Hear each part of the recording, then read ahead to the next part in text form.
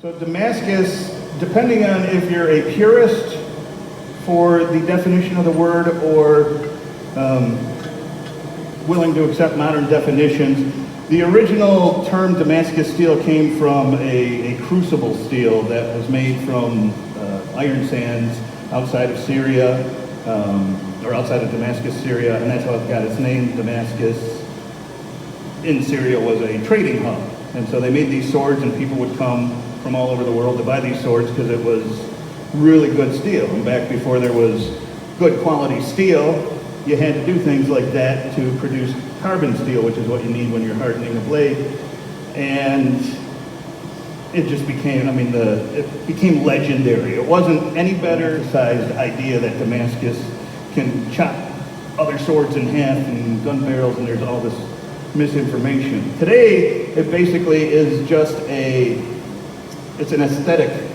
It makes a blade look cool. It puts layers and patterns and just makes it kind of neat to look at. It doesn't really do anything because the steel you're using has been made with modern processes which make perfectly fine usable steel. Back then you had to do all these things to get out impurities and to add carbon and all of that. So today it's all just for looks, and that's all there is to it.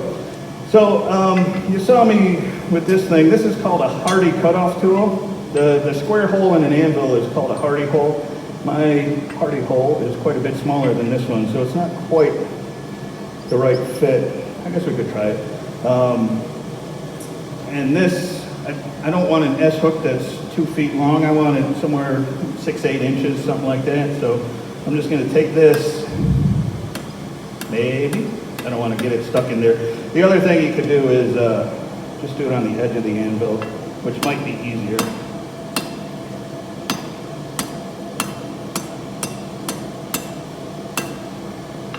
Acid is going to react different, and that's how you get that pattern. That's how that stands out. It's from the different steels.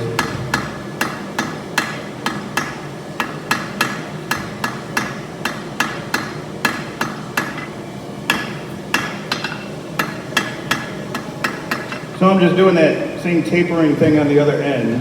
Yes, sir. What do you use for your flux when making Damascus? What do I use? So I use borax, that same stuff you find in the laundry aisle, which is just boric acid. Another form of boric acid, like roach and bug killers, the powdered ones. And then there's people that will sell you all kinds of industry-specific fluxes, and you can spend a lot of money on them, and they're all just basically borax in a fancy package.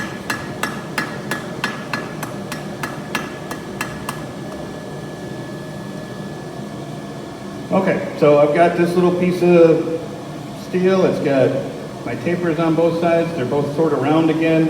And now I'm going to do what's called a scroll, which is putting a little curve in the end of it, and then I'll make the hooks.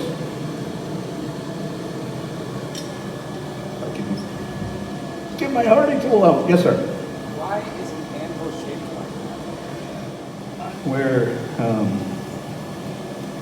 I used to get yelled at a lot from other blacksmiths because there's a popular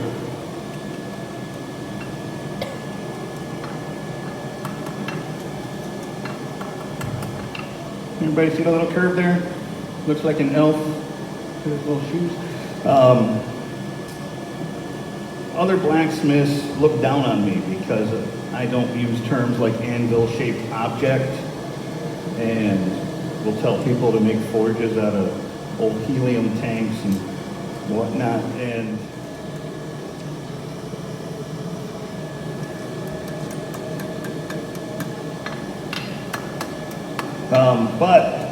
to answer your question more specifically, if you were going to buy a brand new London pattern anvil, you could spend anywhere from $300 for a small one that is for like traveling farriers. Everybody know what a farrier is? Someone that takes care takes care of horses, they do the horseshoes, yeah. And so they buy these smaller ones, 70, 80 pounds, and they put them in the back of their pickups or vans, and they're just real easy to travel, but you can spend thousands and thousands on bigger ones. This one is 220 pounds, so, I mean, this would probably cost you $1,200, $1,500 if you were gonna buy this one. Brand new. You can find them used a lot cheaper. They're still a little outrageous, but. Did you think you were going to win Forged and Fire? Did I think I was gonna win Forged and Fire? No. I went on just to have a good time. And it was a good time and I had a blast, but no, I never expected to win. So it was cool that I did.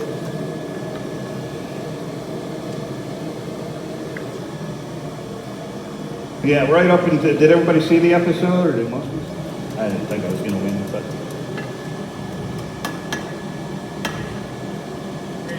Yes, sir.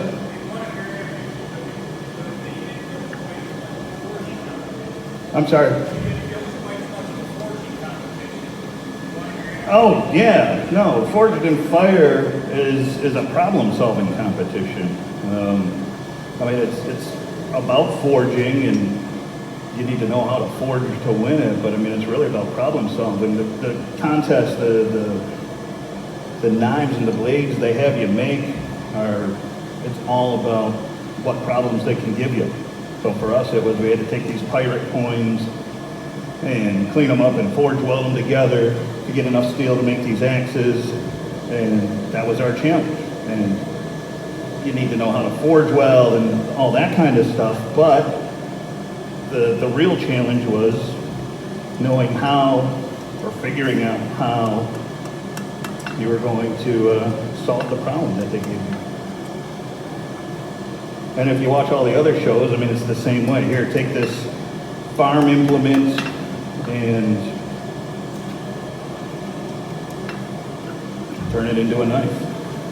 It's not the prettiest S-hook in the world, but it'll give you an idea. So this is just a butcher block brush. It's just a brush with all this forged scale, all this oxidized steel. Want to get off of there, so it makes a nice clean presentation. And so I'm just going to take this and scrape it. You do that while it's hot so that that's when the forged scale will come off at the best.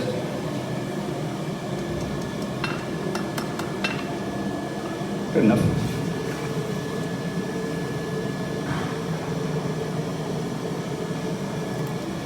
What's the first rule in the forge?